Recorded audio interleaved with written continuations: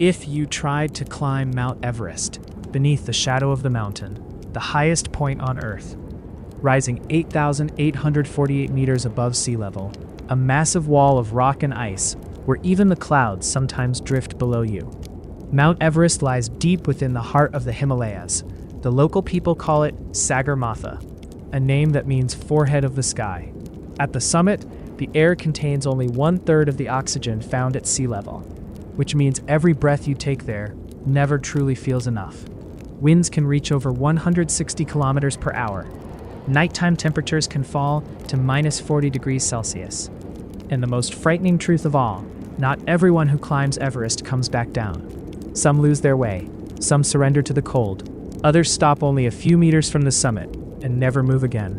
Now, tonight, you open your eyes. The cold hits your face instantly. The thin walls of your tent tremble violently in the wind. Outside, the low roar of the storm sounds almost alive. Slowly, you sit up inside your sleeping bag. Your breathing feels heavy. You are only at base camp, yet even the air already feels unfamiliar. A sharp smell of gas drifts through the tent. Nearby climbers are melting snow over small stoves. You carefully unzip the entrance, and for the first time, you see Everest. Moonlight reflects across the frozen face of the mountain. The enormous shadow rising through the darkness doesn't feel real. It feels like another planet. The mountain is not silent. Far away, you hear the clinking of metal equipment, the crunch of boots against snow, the endless howl of the wind, occasional coughing in the distance.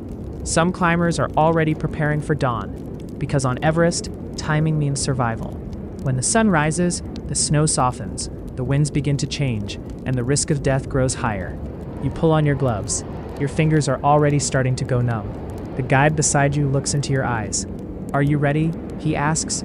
But nobody truly knows the answer to that question, because climbing Everest is not simply climbing a mountain. It is a battle against your own mind. And in a few moments, you will take your very first step. The sound of your boot pressing into the snow echoes through the silence. Ahead of you lies a journey that will last for weeks. Glaciers, hidden crevasses, the death zone, and a summit where even oxygen struggles to exist. But for now, you simply begin to walk, slowly, breathing in the freezing air, and beneath the shadow of Everest, feeling very small against the mountain. Morning arrives slowly, not with warmth, but with a pale blue light spreading across the frozen landscape. You step out of the tent and immediately feel the cold bite through your clothes. The air is thin, dry, sharp against your throat. Above you, prayer flags flutter violently in the wind. Their faded colors stretch across the camp like fragile pieces of hope. Around you, climbers move quietly. Nobody wastes energy speaking. At this altitude, even simple movements feel exhausting. You tighten the straps on your backpack. Ice axe, harness, crampons, oxygen mask secured to your side. Everything you carry now could decide whether you live or die higher up the mountain. Your guide motions for the group to begin moving, and slowly, you leave base camp behind. The snow crunches beneath your boots as the enormous shadow of Everest rises ahead of you. Your destination today is one of the most dangerous places on the entire mountain, the Khumbu Icefall, a frozen river of ice. But unlike a normal glacier, this one is alive. The ice beneath your feet constantly shifts, cracks, moves, collapses without warning. Massive towers of ice, called seracs, rise above you like frozen skyscrapers. Some are as tall as buildings, and at any moment, they can fall. You continue forward carefully. Every breath feels shorter now. Your chest rises faster. Your heartbeat echoes inside your ears. Then suddenly, you stop. Ahead of you is a deep crevasse cutting through the glacier, a black wound in the ice. You cannot see the bottom. The only way across is a thin aluminum ladder tied together with ropes. The ladder bends slightly over the emptiness below. The wind whistles through the crack. You stare down for a moment too long, and your stomach tightens instantly. One wrong step, one slip, and nobody could reach you in time. Your guide steps onto the ladder first. The metal creaks beneath his boots. He crosses slowly and turns back toward you. Now it's your turn. You place one foot onto the first rung. The ladder shakes slightly. Your breathing becomes louder inside your hood. Step by step, you force yourself forward. You try not to look down, but you do anyway. Far below you, only darkness. The ice walls disappear into a frozen abyss. Your gloves tighten around the safety rope. Another step, another creak. The mountain feels completely silent now, as if Everest itself is watching you. Halfway across, a gust of wind suddenly hits your body. The ladder sways. Your heart nearly stops. For a second, you freeze. The cold air burns inside your lungs. Then you hear your guide shouting from the other side, "Keep moving."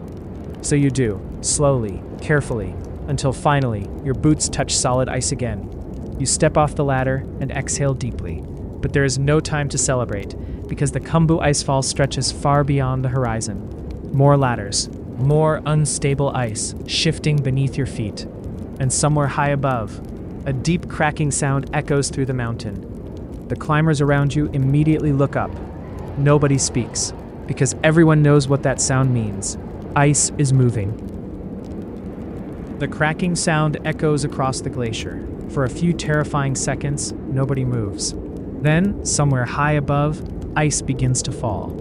A distant avalanche tumbles down the side of the mountain like thunder. White clouds explode into the air. You feel the vibration beneath your boots. Not close enough to hit you, but close enough to remind everyone of one thing. On Everest, nature decides who survives. Your guide quickly signals for the group to continue moving. No one argues. The Khumbu icefall is not a place where you stop for long. You keep walking, step after step, hour after hour. The sun climbs higher now, reflecting harshly against the snow. Even through your goggles, the brightness burns your eyes. Sweat gathers beneath your layers despite the freezing air. Your breathing grows heavier. Every incline feels steeper than the last, and yet the mountain above still looks impossibly far away. Eventually, the terrain begins to flatten. The towering walls of shifting ice slowly disappear behind you. Ahead lies a wide valley of snow surrounded by enormous mountains. Camp 1, the first major camp on Everest. You finally unclip yourself from the fixed rope. Your legs ache instantly. The exhaustion hits all at once. Nearby tents flap violently in the wind, barely held down by ropes and ice anchors. This camp doesn't feel permanent. It feels temporary, fragile, as if the mountain could erase it overnight. You crawl inside your tent and remove your gloves carefully. Your fingers are pale and stiff. It hurts just trying to bend them. A small stove hisses quietly while snow melts inside a metal pot. Water. Even drinking water requires work up here. You take a slow sip. It tastes strange, cold, metallic, thin. Everything feels different at altitude. Your guide sits across from you. His face is calm, but tired. Then he says something quietly.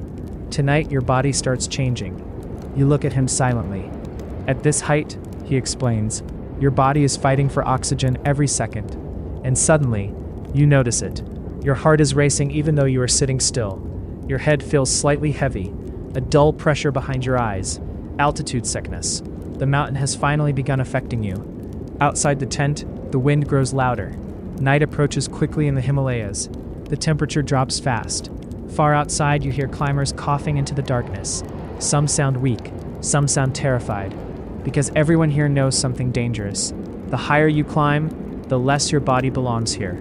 You zip your sleeping bag tighter around yourself, but sleep does not come easily. Not at 6,000 meters. Your breathing keeps waking you up. Every few moments, your body panics slightly, as if it forgot how to breathe normally. Then sometime after midnight, you hear shouting outside. Urgent voices, boots crunching rapidly across snow. You sit upright immediately. Your heart pounds.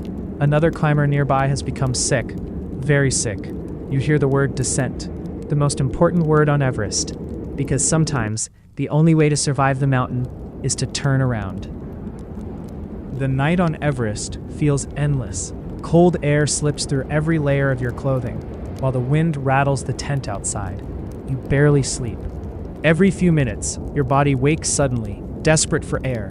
When morning finally arrives, the mountains glow pale orange beneath the rising sun. The storm from yesterday is gone, but the cold remains.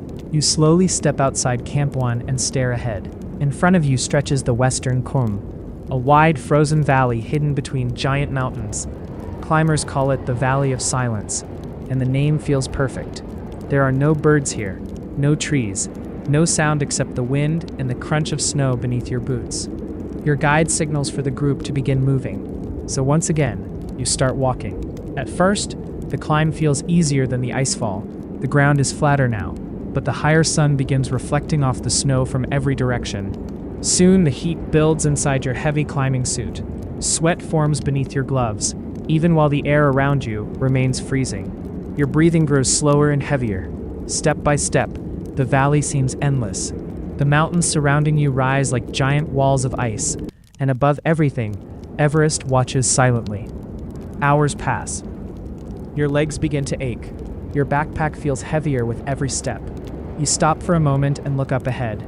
Far in the distance, tiny tents sit beneath the dark wall of Lhotse Face.